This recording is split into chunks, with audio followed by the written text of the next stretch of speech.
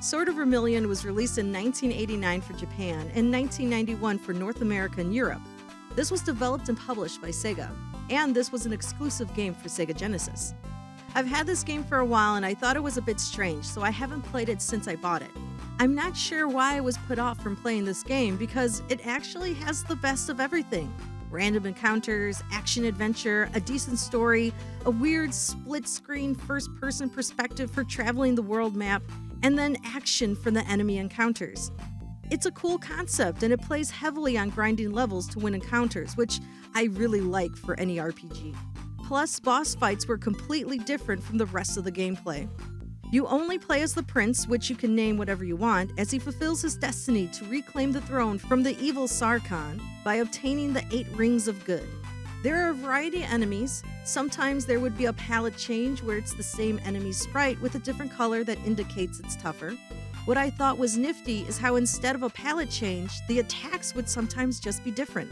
A good example is the sorcerers that use one projectile, and then it turns into a 360 projectile blast.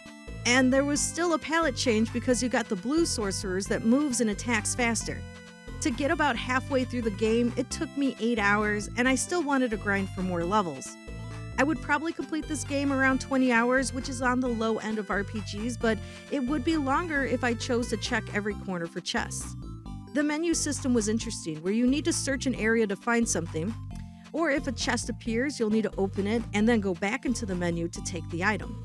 I do think it would benefit your gaming experience if you found maps for the world map and dungeons, but there isn't a need for a strategy guide for the storyline. It's pretty linear as to where you need to go, and a lot of the information is given just by speaking to the townsfolk. It wasn't annoying to do this only because there aren't that many people in the towns. Finding a game manual was useful too because there were stats and descriptions for the armor, weapons, spells, and items.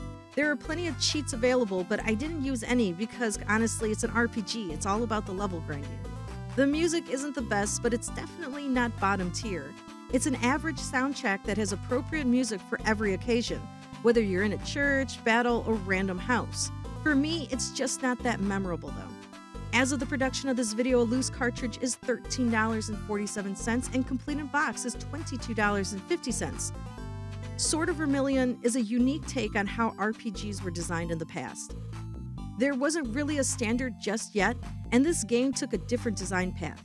I wasn't a fan at first, but once you get used to the split screen and enemy encounters, you really begin to appreciate the quirks of this game. If you're a fan of older RPGs or looking for something different to play, Sword of Vermilion is the perfect game for you.